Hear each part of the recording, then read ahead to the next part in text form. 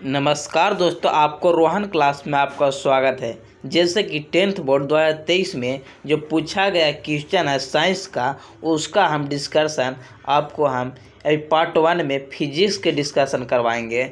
इसको में अगर आप हमारा 30 वीडियो देख लीजिएगा, 30 वीडियो अगर आप 30 वीडियो हमारा देख लेंगे, 30 वीडियो आएगा, मतलब पार्ट 1 सेट के 3 वीडियो 10 सेट आप देख लीजिएगा।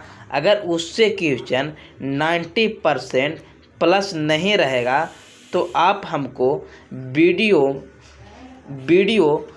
जब तक रहेगा, जब तक आपका एग्ज़ाम न पड़ जाए। और आपको हम नंबर दे रहे हैं 82 95 058 36 4। इस पर आप कॉल करके गाली दे सकते हैं जब 30 वीडियो से आपको 90% साइंस न लड़ जाए। तो अब चलते हैं पहला क्वेश्चन। आप ज़्यादा ना बोलें, आपको हम कंटेक्ट से ही ध्यान दिवाते हैं कि कैसा हम पढ़ाते हैं। आप देख के ज़रूर बताइएगा।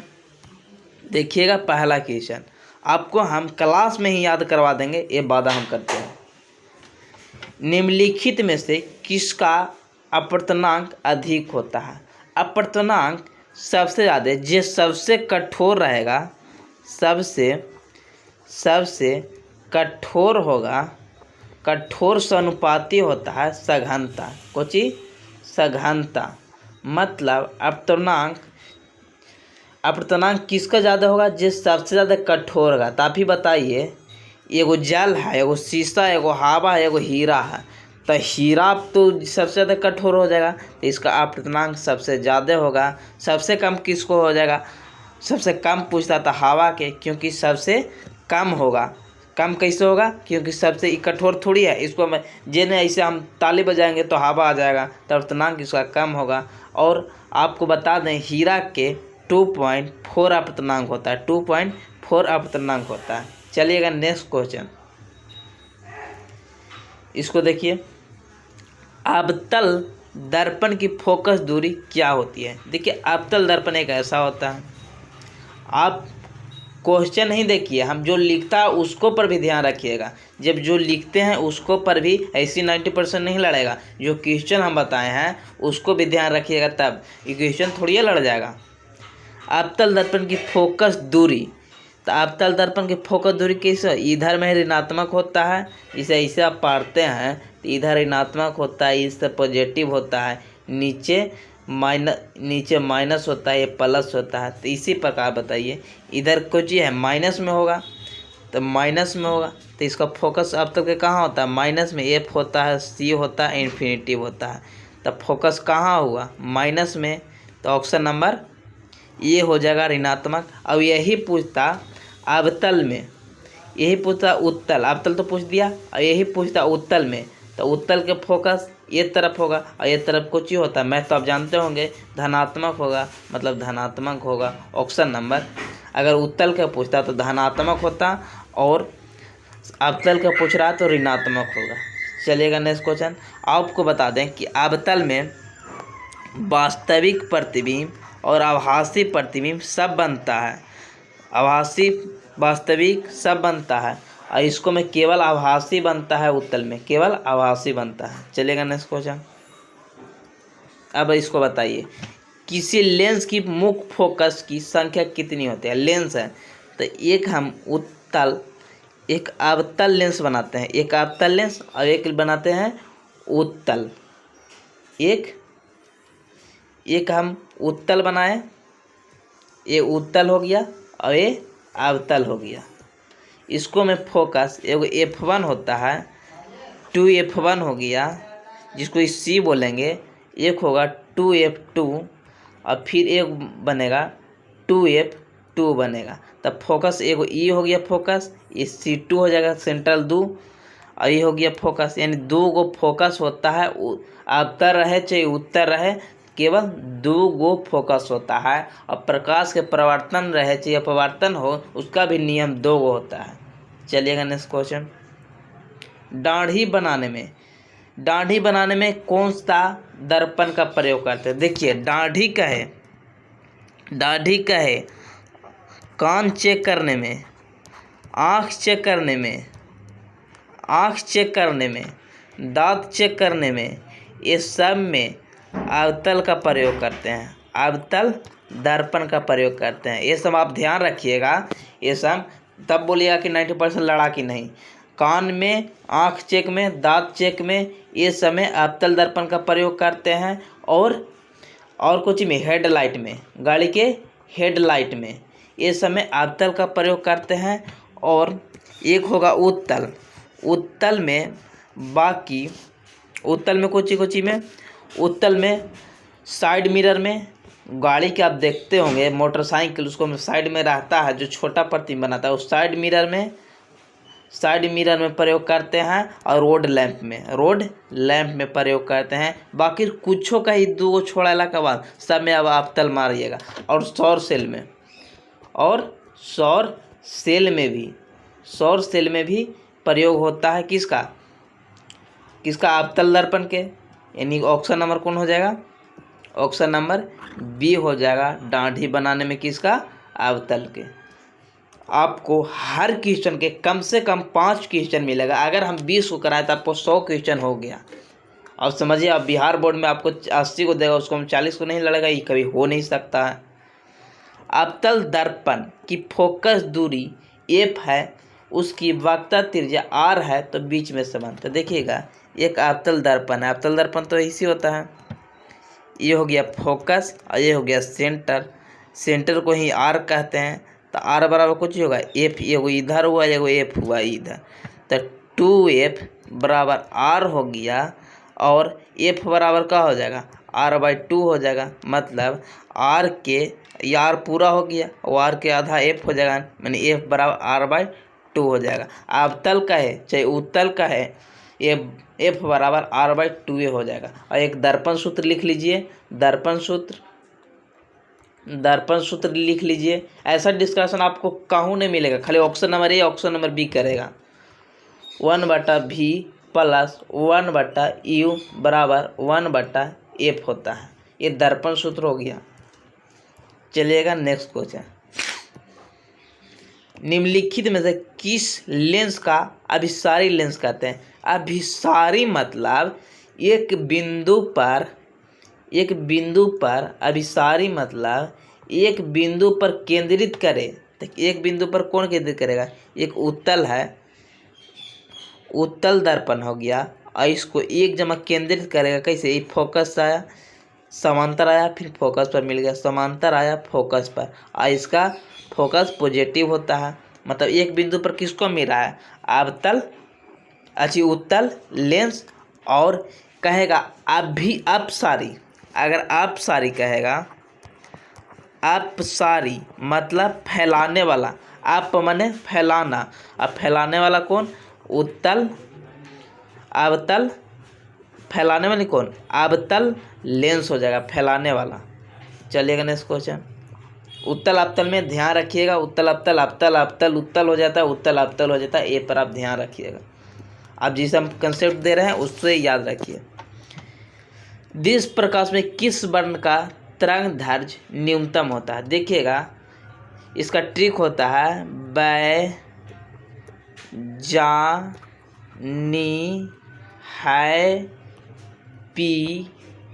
हैप्पी नाला। वैसे बैगनी हो गया, जामुनी हो गया,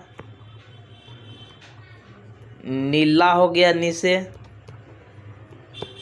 हरा हो गया, पीला हो गया, ये हो गया नारंगी,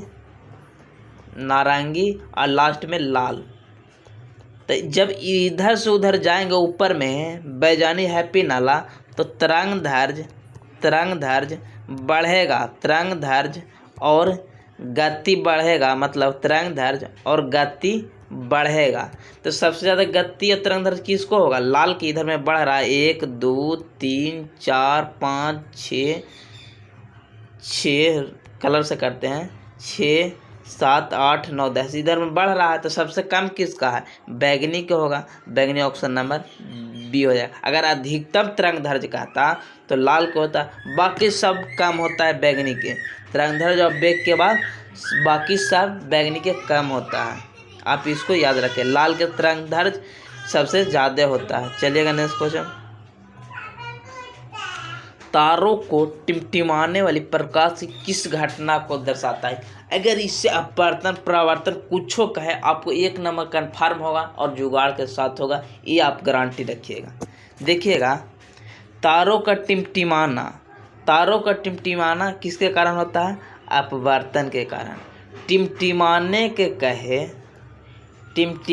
के कहे या उठा बैठा कहे, उठा हुआ या धंसा हुआ कहे, ये हो जाएगा अपवर्तन। जैसे सिक्का का उठा दिखाई देना अपवर्तन, सिक्का को नीचे दिखाई देना अपवर्तन, बड़ा दिखाई देना, नींबू डाला है गिलास में बड़ा दिखाई देना, ये सब हो गया अपवर्तन।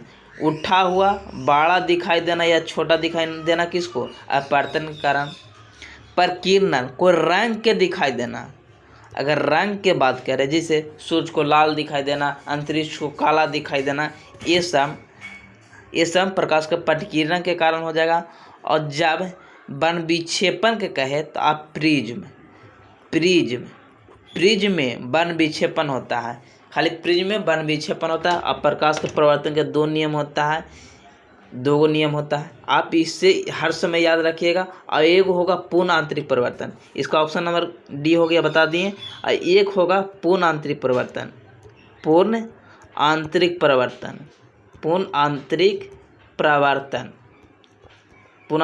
इसको में क्या होगा? चमकने के बाद करेगा, जैसे कहेगा कि टूटा हुआ कांच चमक रहा है, टूटा हुआ कांच चमकता है, ये सब बताएगा। बोलेगा कि कोई मृग का है, वहाँ पर चमक हो रहा है, जब हम रोड पर जा रहे हैं तो चमक दिखाई दे रहा है, ये किसका? पूर्ण आंतरिक परिवर्तन के कारण होगा। चलेगा, इससे अपवर्तन परिवर्तन से कुछ से ज़्यादा कभी नहीं पूछ सकता है, आप इसको लिख के ले सकते हैं हमसे। निम्नलिखित में से ये 9वां नंबर क्वेश्चन, निम्नलिखित में से किस में प्रकाश की चाल सबसे अधिक होता है? देखिएगा, प्रकाश की चाल सबसे ज़्यादा गैस में होता है, गैस से उसको बाद किसको में? द्रव में, और सबसे कम ठोस में होता है। ये कुछ किसको बात कर रहे हैं? प्रकाश के बात कर रहे हैं, ये प्रकाश के बात कर रहे हैं।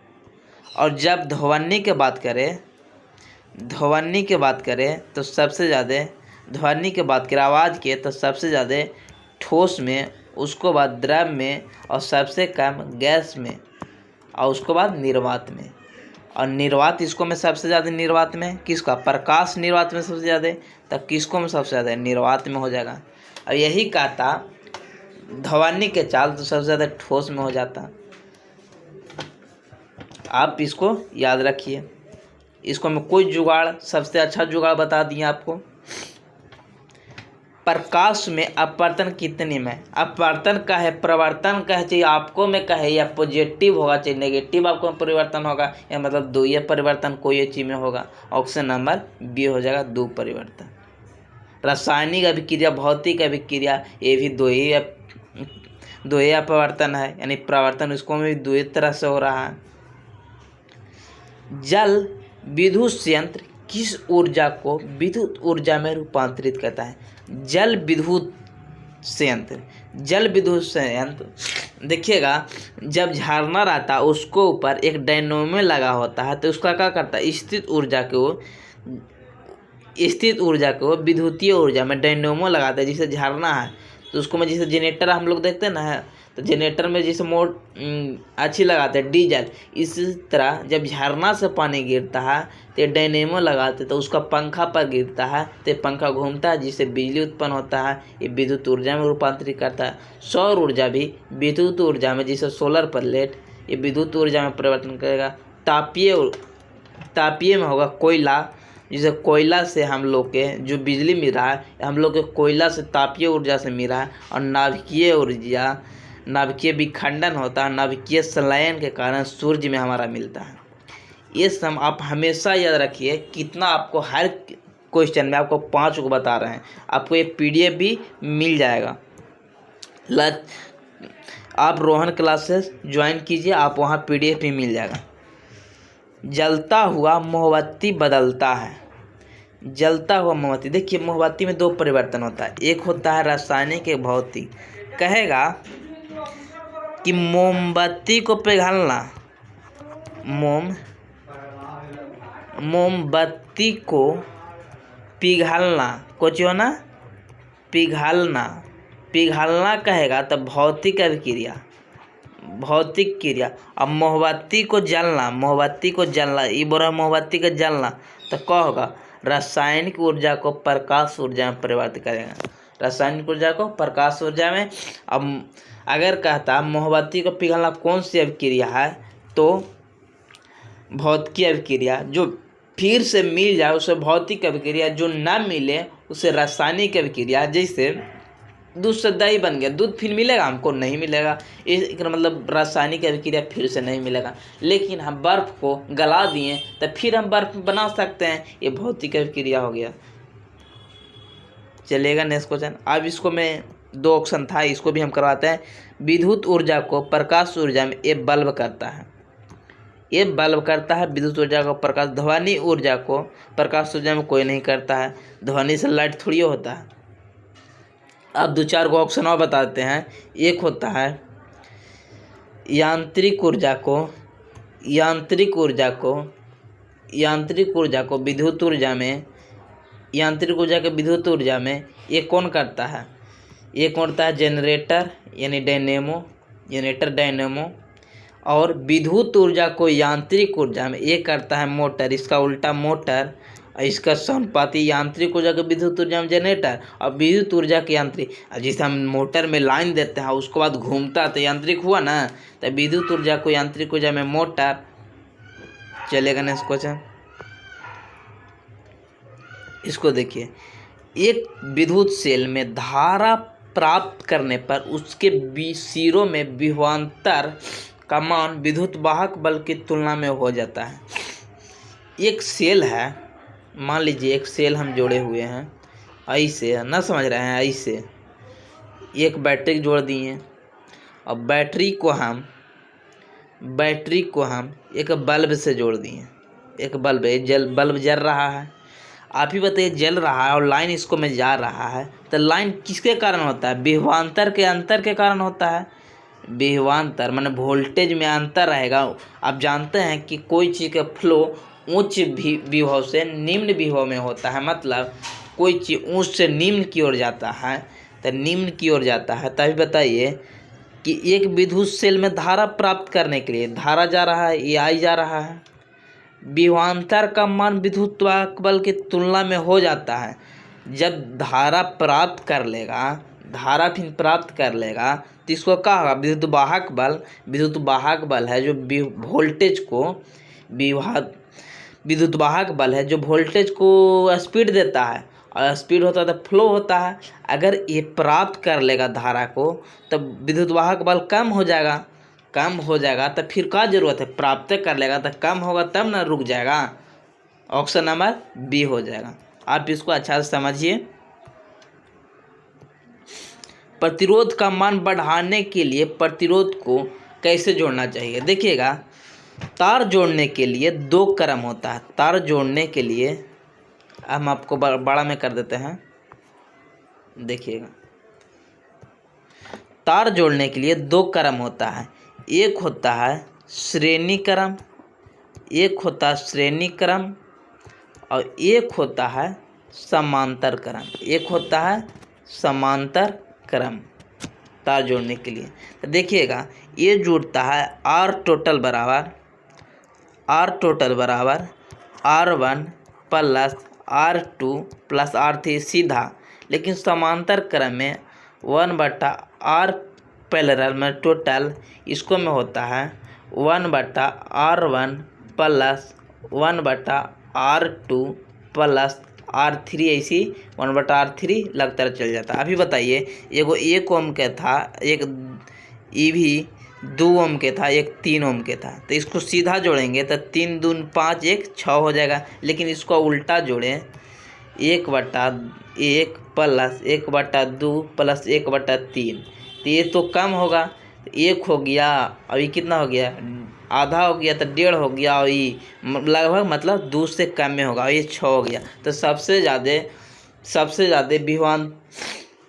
ज़्यादा प्रतिरोध किसको में होगा, श्रेणी क्रम में, और सबसे कम किसको में, समांतर क्रम में होगा। तो अब इसको आप बताइए, इसको प्रतिरोध का मान बढ़ाने के लिए प्रतिरोधकों का जोड़ा जाना चाहिए। कैसे जोड़ना चाहिए, श्रेणी क्रम में, और कम करने के लिए समांतर क्रम में। अगर प्रतिरोध कम करना है तो समांतर क्रम में जोड़ेंगे। जिससे हम लोग लाइन, अब पूछेगा कि समांतर क्रम में कौन चीज़ जोड़ते हैं, तो हम लोग घर के लाइन, बल्ब के अलगे, पंखा के अलगे, और लेकिन हम लोग जो लरी लगाते हैं, बॉल लरी जो दीपावली में लगाते हैं, वो एक ही तुरी भग करता है, एक तुरी भुक करता है। ये सब अगर ये को बॉल खराब हो गया तो सब खराब हो जाएगा। इस श्रेणी क्रम में होता है। कोई पूछ लेता है कि आप घर की लाइन कैसे लगाते हैं, तो समांतर क्रम में। भुक भकवा कैसे लगाते हैं, लरी बॉल ये कैसे लगाते हैं, तो श्रेणी क्रम में। विद्युत चुंबक बनाने के लिए प्राय जिस छड़ का उपयोग करते ये कौन होता है। विद्युत चुंबक माने ऐसा चुंबक जेकरा में लाइन देंगे तो चुंबकीय क्षेत्र उत्पन्न होगा, और लाइन हटा देंगे तो क्षेत्र नहीं होगा। ये नरम लोहा से बना होता है, मृदु लोहा से बना होता है, एक होता है अस्थायी चुंबक। ये अस्थायी चुंबक किसको कहते हैं, विद्युत चुंबक को अस्थायी चुंबक। मतलब जब तक लाइन देंगे तब कर रहेगा, लाइन खत्म किए तो खत्म होगा, जिसका अस्थायी। एक होता है अस्थायी जो इस्पात के बना होता है, जैसे लाउड स्पीकर, ये सब इस्पात का बना होता है। चलेगा नेक्स्ट क्वेश्चन, इसको देखिए। उच्चतर ताप पर कौन सी प्रक्रिया पूरी हो जाती है, तो देखिएगा उच्चतर ताप पर नाभिकीय विखंडन भी होता है, नाभिकीय संलयन भी होता है। ऑप्शन नंबर सी हो जाएगा। नाभिकीय विखंडन किसको में होता है, ये परमाणु बम में होता है। पूछता है परमाणु बम किसको पर है, नाभिकीय विखंडन पर। और नाभिकीय संलयन पर कौन है, सूर्य है, हाइड्रोजन बम है। ये सब नाभिकीय संलयन पर काम करता है। चलिएगा नेक्स्ट क्वेश्चन। सौर ऊर्जा को सीधे विद्युत में बदलने वाला युक्ति है, कौन है। सौर ऊर्जा को सीधे विद्युत ऊर्जा में, तो सौर मतलब सोलर प्लेट, विद्युत ऊर्जा में किसका, सौर सेल और सौर कुकर, इसको में कौन सा, अवतल दर्पण लगा रहता है। पढ़ने वाला के लिए सबसे अच्छा कंटेंट दे रहे हैं। हर क्वेश्चन में 3 गो, अगर आप 20 क्वेश्चन बना रहिएगा 25 मिनट तक, गलत आपको 100 से पार हो जाएगा।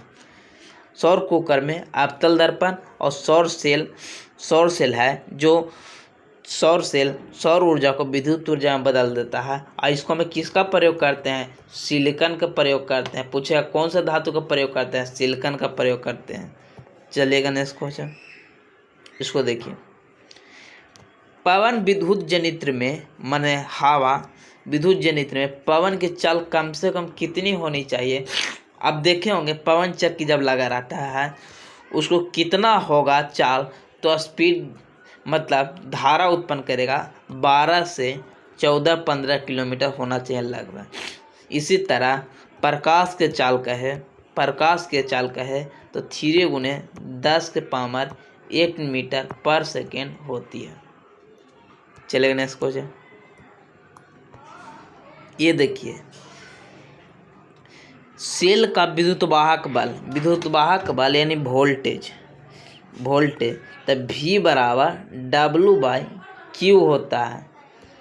V बराबर W/Q, W बराबर कार्य हुआ, आवेश द्वारा कार्य, और Q हो गया आवेश, और A हो गया विद्युत वाहक बल, जो वोल्टेज हो गया विद्युत वाहक। तो आप ही बताइए W माने कार्य करने की इकाई आवेश को लाने में किया गया कार्य को हम विद्युत वाहक बल कहते हैं। यानी सेल द्वारा इकाई आवेश पर किया गया कार्य, किसको पर, सेल द्वारा इकाई आवेश, इकाई मतलब नीचे आवेश, इकाई आवेश पर किया गया कार्य को हम सेल का विद्युत वाहक बल कहते हैं। अब विद्युत वाहक बल कैसे मतलब वोल्ट होता है। अब विद्युत वाहक बल से ही यानी बल लगाता है तभी लाइन विवाद वोल्टेज बढ़ता है किसके कारण, विद्युत वाहक बल के कारण। अब विभवांतर कैसे मतलब वोल्टेज होता है। अब दो चार को हम लिखवा देते हैं जरा, देखिए पूछेगा आपको से। धारा एम्पियर आवेश कूलाम सी वोल्ट विभवांतर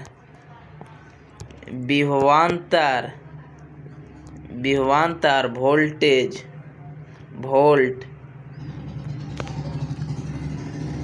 ये हो गया 3-4 को, आप इसको याद रखिएगा। चलिएगा नेक्स्ट क्वेश्चन। हर क्वेश्चन में आपको 5 को कम से कम मिलेगा। घरेलू परिपथ में मुख्य रूप से किसकी आवृत्ति होती है। आप लोग परावर्तित धारा को करते हैं, परावर्तित धारा, और इसका पूछेगा आवृत्ति कितनी होती है। घरेलू डिश धारा की आवृत्ति कितनी होती है, 50 हर्ट्ज होता है, 50 हर्ट्ज होता है। और वोल्टेज कितना होता है, 220 वोल्ट। आप देखेंगे बॉल पर लिखल 220 से 240 वोल्ट होता है। और दृष्ट धारा जो एक सीधी रेखा में चलती है और ये दूर तक नहीं ले जा सकता है। और प्रवर्तित धारा एक जिग जैग लाइन में चलता है, स्पीड में चलता है, इसको बहुत दूर तक दिया जा सकता है। जिसे जनरेटर हो गया, ये प्रवर्तित धारा उत्पन्न करता है।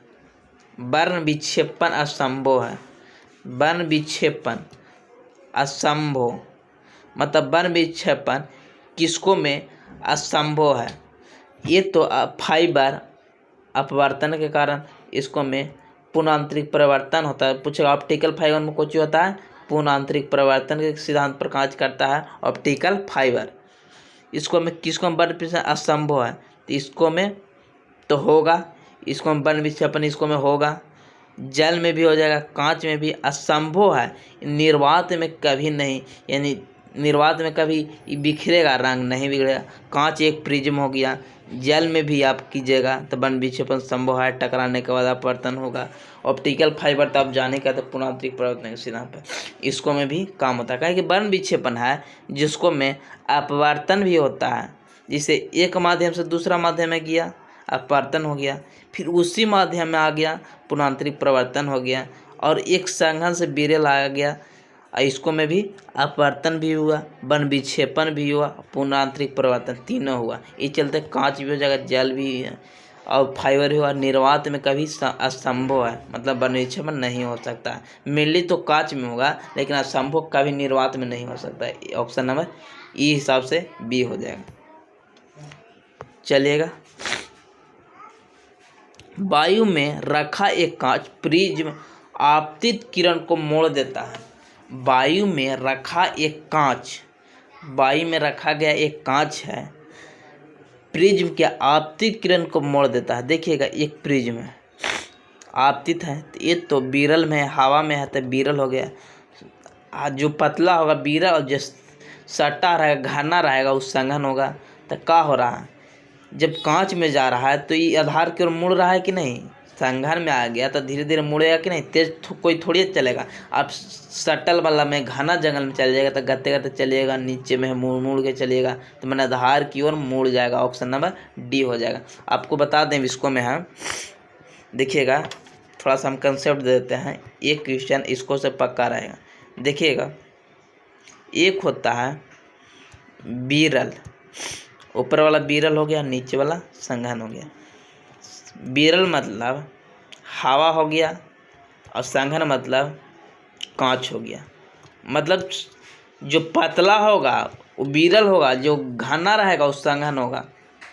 आप ही बताइए, जब प्रकाश विरल से जा रहा, आप ही जा रहे हैं, जो मतलब हवा में जा रहे हैं तो स्पीड से चलिएगा, और जब घना में चल जाइएगा तो सट जाइएगा। तो मतलब विरल से संघन में जाएगा तो अभिलंब की ओर, ये अभिलंब